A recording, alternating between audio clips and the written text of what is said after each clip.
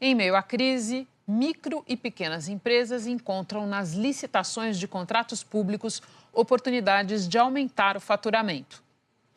Durante décadas, esta confecção em Bom Jesus dos Perdões, interior paulista, produziu uniformes que vestiram operários das maiores siderúrgicas do país. Mas a crise fez os pedidos despencarem e o faturamento caiu 30%. Foi quando o proprietário, Rafael, decidiu desbravar um mercado desconhecido para a empresa, o das concorrências públicas. Dentro do estado de São Paulo, nós fornecemos para o Corpo de Bombeiros e para a Sabesp. A demanda do governo por contratos modestos, como os de vendas de uniformes, é enorme. E mesmo com valores baixos, a maioria deles precisa de licitação. Tudo que for acima de R$8.000, o governo abre um processo licitatório para comprar. Ele compra desde clipe de papel a equipamentos médicos hospitalares, grandes softwares de tecnologia. No ano passado, só o governo federal gastou 38 bilhões de reais em licitações por meio de 90 mil editais. Mais da metade dessas concorrências foi vencida por micro e pequenas empresas, como a do Rafael. São tantas licitações e para tantos produtos e serviços que muitas empresas preferem simplesmente terceirizar. Contratar escritórios especializados, como esse aqui, para garimpar as licitações que interessem e participar das concorrências como representantes. E aqui serviço não falta. Agora, por exemplo, os funcionários estão participando de 3 licitações ao mesmo tempo. Edson, quais são agora? Bom, nós temos uma licitação de uma prefeitura do interior de São Paulo, adquirindo produtos odontológicos. Temos uma grande universidade do estado de Minas Gerais comprando produtos neurocirúrgicos. Uma outra grande universidade de Minas Gerais comprando pasta de alho. A gente acompanhou o Edson no leilão eletrônico pela internet de um lote de pasta de alho. A licitação era para um contrato de R$18 mil. O leiloeiro comanda por chat e as concorrentes não se conhecem. E a empresa que o Edson representa se deu bem. Atualiza aí, que eu estou atualizando aqui. Opa. Acabou. Ganhamos. Conseguimos ofertar um valor unitário do quilo de alho de R$12, quando o valor previsto era de R$54 o quilo. Esta microempresa de Campinas, no interior de São Paulo, fornece crachás. Já venceu 20 licitações em contratos com o Exército, a Justiça e até áreas do Palácio do Planalto.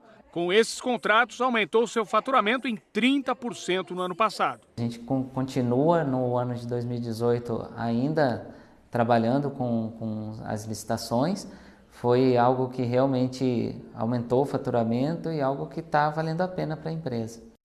Nosso comentarista de finanças pessoais, Sami Dana, está comigo no estúdio. Boa noite, Sami. Boa noite, Para Renata. explicar para a gente o seguinte, parece uma grande janela de oportunidade porque é um volume muito grande de licitações. Mas tem um outro lado aí nessa história, né, Sami? Pois é, em finanças quase tudo que tem retorno tem um risco atrelado. Boa noite a quem nos acompanha. Olha o que a gente preparou aqui. Primeiro é um raio-x dos municípios. 86% dos municípios do país estão em uma situação fiscal bem crítica ou difícil. 23% gastam mais de 60% com despesas de pessoal. E quando a gente olha os estados, não é muito melhor o recorte, não. Aí tem os dois mais preocupantes, Rio de Janeiro, que gasta 70% com pessoal, Rio Grande do Norte 62%, mas mesmo assim você olha de 50% a 60%, que já é uma situação que também preocupa, você tem 19 estados. E só 5 mais o Distrito Federal até 50%, lembrando que a Lei de Responsabilidade Fiscal recomenda que você fique abaixo de 50%, acima de 60% já é preocupante. Por que eu estou falando isso? Porque, às vezes, o município e o estado pode não pagar. Se não pagar, entra no ano seguinte, no exercício seguinte, como restos a pagar. Se não pagar no ano seguinte, vira precatório e pode ter dor de cabeça. Renata?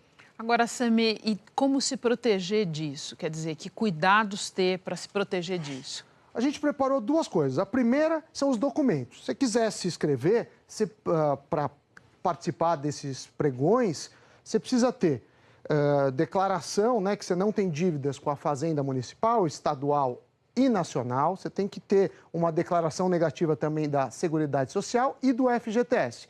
E também é muito comum pedir habilitação jurídica, comprovação técnica e o cadastro no sistema eletrônico do município ou do estado em questão. E aí, respondendo a sua questão, Renata, a gente vai